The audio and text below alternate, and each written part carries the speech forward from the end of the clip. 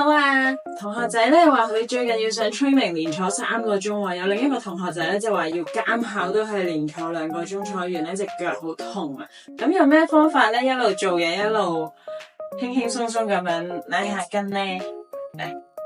好啦，咁首先咧要留意啦，因為坐得好耐咧個姿勢固定咗，咁我哋一起身嘅時候咧，其實嗰啲筋腱咧會係好受壓嘅。咁情況就好似有足底筋膜炎嘅朋友仔咧，佢瞓咗覺咧10幾個鐘，隻腳掌都冇喐過，佢一落床嗰下踩地咧，其實好痛噶喎。咁為咗防範呢個情況咧，我哋如果久坐嘅時候咧，可以做一啲好簡單嘅練習，唔誇張嘅，唔會引人注目嘅。咁睇住啦。咁首先第一招咧，就係要拎起隻腳啦，放低。拎起隻腳掌，放低。第二個動作咧，就係腳趾踩，着高踭鞋，放低，着高踭鞋，放低。咁兩個動作連埋一齊咯，拎腳掌，着高踭鞋。咁基本上咧，你一路做，係啦，你喺台面度咧做乜嘢咧，同你隻腳係冇影響嘅。而咁簡單嘅動作咧，對保養對腳係好重要㗎，可以放鬆翻我哋腳踝嘅關節啦。咁第三個動作咧，其實好簡單，可以直接咧拎起隻腳啦，轉下圈，順時針轉，逆時針轉，甚至練習下提腿。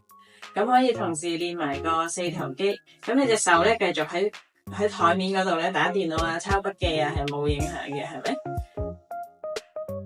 咁記得轉下去啦，練下個大髀，唔好睇少呢啲動作喎，一啲好細微嘅練習。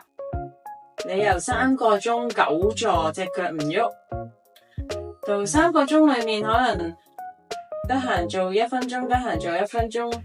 變咗你又爭取多咗10幾分鐘嘅練習啦。記得做完一隻腳咧，做另一隻腳啦。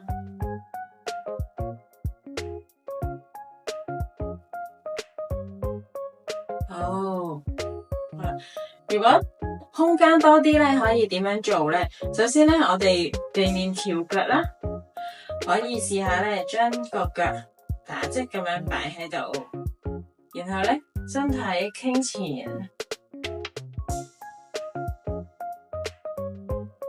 係啦，拉伸翻咧我哋臀部嘅側邊啦，即係臀中肌、梨狀肌嘅位置。咁呢一個動作咧要點樣做咧？首先咧就係膝頭咧對翻住個盤骨嘅，小腿垂直啦，然後咧將我哋嘅腳踭以練左腳為例咧，將左腳嘅腳踭擺喺個膝頭度，啱啱對翻住自己個盤骨噶啦，就會好簡單嘅咧。你可以試下輕輕咧按摩下自己個左腳大腿內側啦。咁記得咧係按大髀嘅位，唔好扯到個膝頭啊，唔好按壓膝頭。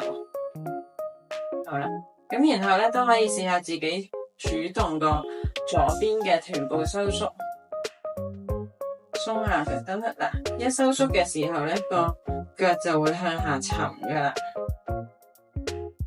好，第3可以咧，兩個坐骨依然係坐穩，身體向前傾，背脊唔好寒咗背喎，寒咗背咧，佢個力度咧就去唔到我哋想拉伸嘅臀部度噶啦。